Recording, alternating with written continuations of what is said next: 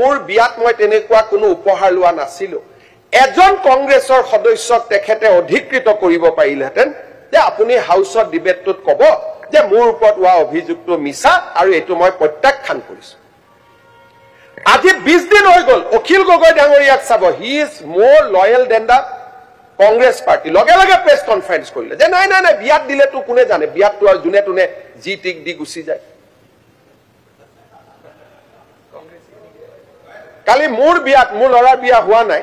মোৰ ল'ৰাৰ বিয়াত যদি আদানী আম্বানী আহি 100 কোটি টকা দি থৈ যায় অখিল গগৈ ডাঙৰীয়াই তেনেকুৱা ষ্টেটমেণ্ট দিব নেকি যে নহয় এইটোতো নন্দিলৰ গাত দোষ নাই বেচেৰা তাকতো দি থৈ গৈছে এইটো ৰেকৰ্ড হ'ব পাৰে নেকি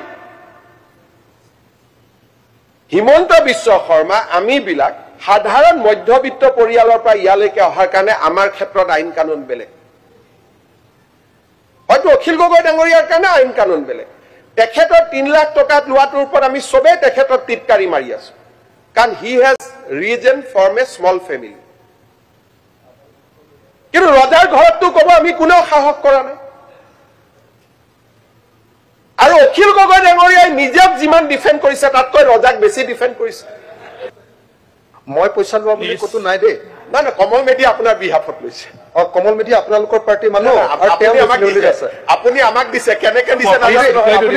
আপুনি ইমান ভাল যদি পাৰ্টিৰ পৰা খেদালে বুলি কৈ দিয়ক মই আকৌ কৈছো আপোনাকতো মই পাৰ্টিৰ পৰা খেদাই দিয়ক আপোনালোকৰ পাৰ্টিৰ পৰা খেদাই দিয়ক ভাল পাৰ্টি প্লিজ ৰিপ্লাইটো হ'ব লাগিব মাননীয় অধ্যক্ষ মহোদয় কমল মেধি ডাঙৰীয়াক আমি কেইদিনমান ৰাখিছো কিন্তু আপোনাৰ লগত আপুনি মাজে মাজে উলিয়াই দিয়া আকৌ আপুনি লৈ লয় গতিকে আপোনাৰ হিষ্ট্ৰী এবাৰো নহয় গতিকে এতিয়া আপুনি আমাৰ তাত থৈছে নে কি কৰিছে এইটো পিছতহে গম পাম গতিকে এইটো বাৰু বাদ দিয়ক এইটো কথা আমি পিছত আলোচনা মাননীয় নাই কথাটো কৈছো কমল মেধি ডাঙৰীয়া এতিয়া অখিল গগৈৰ লগত he has a very hot and cold relationship মাজে মাজে বেয়া হয় আকৌ ঘূৰি আহে কাৰণ দুইজনৰ কি আছে নাজানো কিন্তু মই কমেন্ট দিব খোজা নাই কাৰণ সাধাৰণ ঘৰৰ মানুহৰ এনেকুৱা ধলে ধৰাটো আমাৰ প্ৰৱণতা কিন্তু অখিল গগৈ ডাঙৰীয়াই তেওঁক এপিএছচিৰ চেয়াৰমেন দিব নোৱাৰে কমল মেধিয়েও দিব নোৱাৰে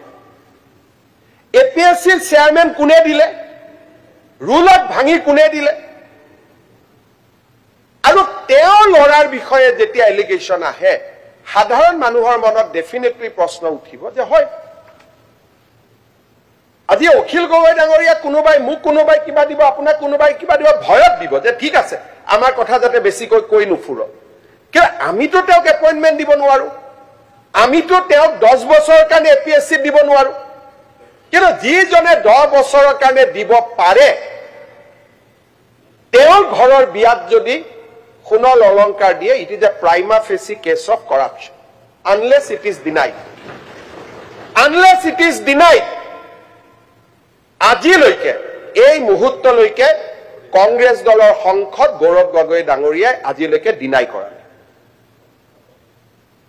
যদি ডিনাই কৰা নাই তাৰ মানে ইট ক্যান বি একসেপ্টেড আমি গ্ৰহণ কৰিব পাৰো he has taken that money in his ম্যাৰেজ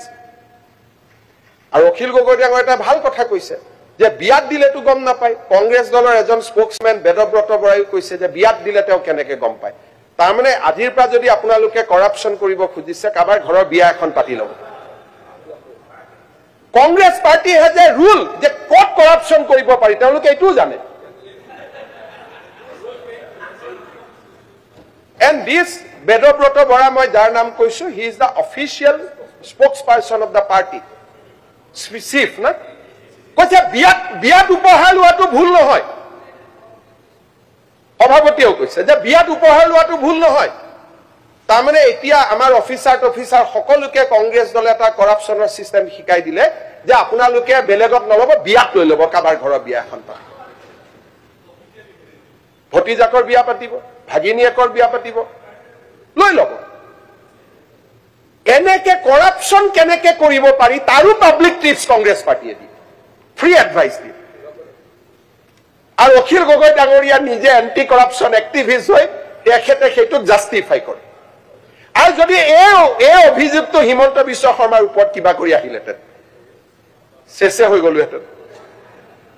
line কৈ দিওঁ মানে মই একচুৱেলি নাজানো যে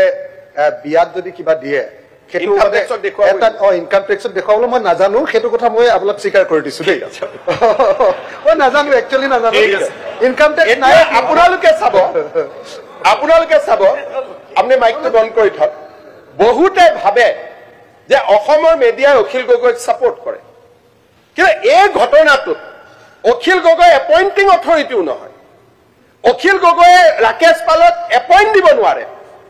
কিন্তু অখিল গগৈৰ ওপৰত যিমান নিউজ বজাইছে গৌৰৱ গগৈৰ ওপৰত বজোৱা নাই কিয় অখিল গগৈ সাধাৰণ ঘৰৰ ল'ৰা ছোৱালী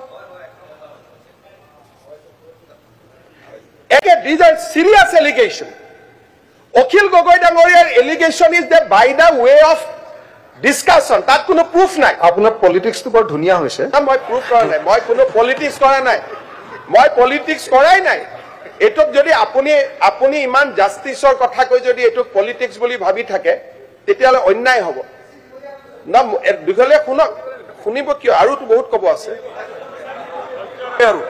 এতিয়া প্ৰশ্নটো হল দেৱব্ৰত শইকীয়া ডাঙৰ এটা কথা মই মানি লৈছো Tarun Gogoi cannot defend himself Gaurav Gogoi নিজক ডিফেন্ড কৰিব পাৰে নে মই has he defended কোনোবাই আজিলৈকে কোনোবাই টুইটাৰ ফেসবুকত এটা দেখিছে যে এইটো এই গোটেই কাক লগাই দিছে ভূপেন বৰা যে তুমি ডিফেন্ড কৰা মই ইমান ডাঙৰ ৰজা মই কেনেকে ডিফেন্ড মই নিজে কেনেকে কম আৰু ডিফেন্ড কৰোতে বিপ্লৱ শৰ্মাৰ পিছতে লাগি গ'ল